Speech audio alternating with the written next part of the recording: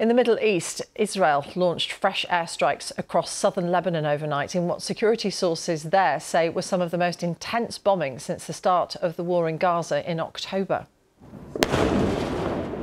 These are the latest pictures of Israeli strikes on the southern Lebanese border village of Rihan. The Israeli military says its warplanes struck more than 100 Hezbollah sites, including a weapons storage facility. It all comes after the leader of Hezbollah, prescribed as a terrorist organisation by some Western governments, gave his first public reaction to the wave of attacks across Lebanon. At least 37 people have been killed and thousands injured by exploding pagers and walkie-talkies.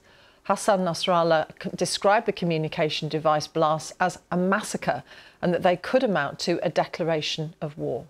Daniel De Simone reports. With this week's deadly explosions in Lebanon, the conflict between Israel and Hezbollah has entered a dangerous new stage. Hezbollah's leader gave his first response to the blasts targeting his members. Crime wars or declaration of war. You can call it anything, and it deserves those words. He said Hezbollah won't stop fighting until Israel stops targeting Gaza. As he spoke, Israeli fighter jets flew low over Beirut and carried out airstrikes in southern Lebanon. Hezbollah fired multiple rockets into Israel. Israel's Defence Minister reiterated the goal of returning 60,000 Israelis displaced by the rocket fire to their homes. But how it can be achieved is unclear. In the new phase of the war, there are significant opportunities, but also significant risks. Hezbollah feels persecuted. The sequence of our military actions will continue. Despite calls around the world for a de-escalation in this conflict, the opposite appears to be happening. Daniel De Simone, BBC News, Jerusalem. Well, let's speak to our Middle East correspondent in Beirut, Hugo Bachega.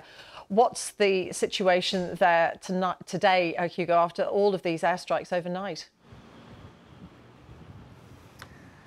Yeah, Martin, so it's a very tense situation here because a lot of people are concerned that we could be seeing the beginning of a much wider Israeli offensive against Hezbollah. So obviously earlier this week we saw those 2 days of attacks targeting pagers, then walkie-talkies used by Hezbollah. There was panic and confusion, chaos all across the country. And now, yesterday, late at night, dozens of Hezbollah targets being hit by this wave of Israeli airstrikes, one of the most intense airstrikes by the Israeli military in this conflict. And obviously this happened just hours after that speech by Hassan Nasrallah, in which he reacted for the first time in public to those attacks that happened here in Lebanon. And as expected, there was some strong words against Israel. He promised to react to those attacks, but I think it was very interesting that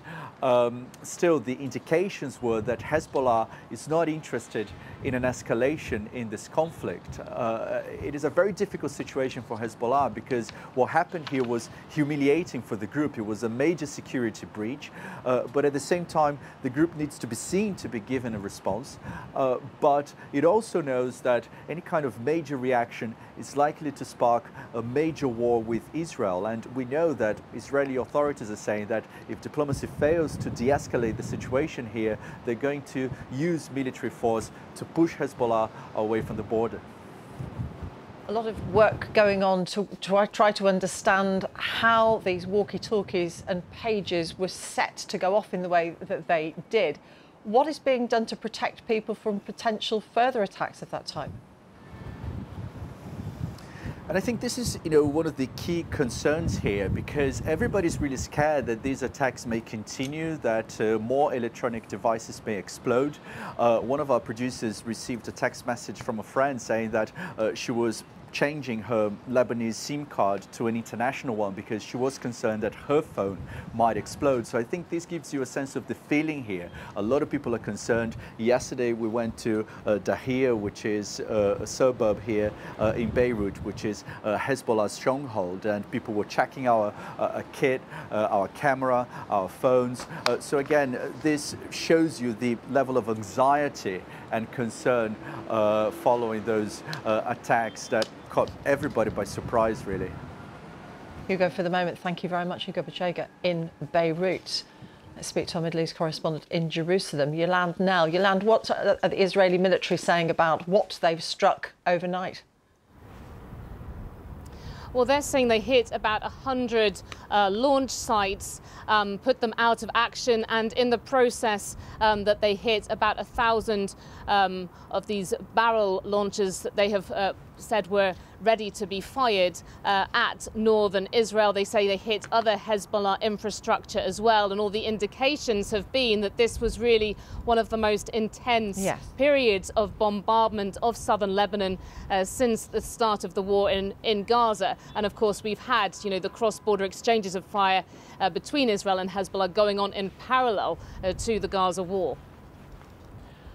Yoland, stay with us if you would for a moment, because footage has emerged from the occupied West Bank town of Qabatia showing Israeli soldiers pushing dead bodies off a roof following a raid on Thursday in which at least 5 Palestinians were killed. I have to warn you that the footage we're about to show you contains distressing images. You might find it upsetting.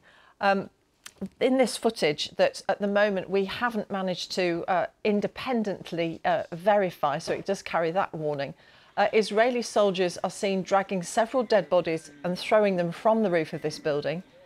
In the same incident, soldiers were also seen using their feet to push the remaining bodies off the roof. And in a statement, the IDF called it a serious incident that does not coincide with IDF values and expectations.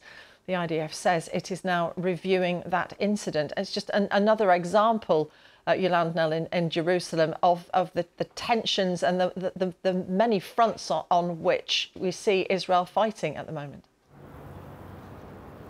Yeah, and tensions are really running extremely high in the West Bank. This was a raid of Qabatia that lasted for many hours. It's a town which is close to Jenin in the north of the West Bank.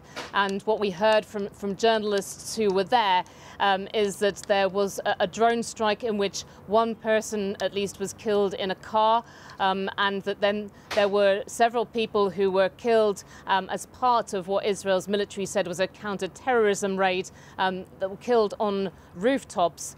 Then you can see in this footage, and it's shot from several different angles, it's not just one video that came out, that there are these soldiers that push the bodies off the rooftop, and reports that military bulldozers were used to scoop up the bodies and take them away after they've been dropped from that height. And what we've heard from local Palestinian officials is that in total there were 7 Palestinians who were killed and a number who were injured as well. There were gun battles and, you know, other confrontations with Israeli special forces, they say, that took place during this raid.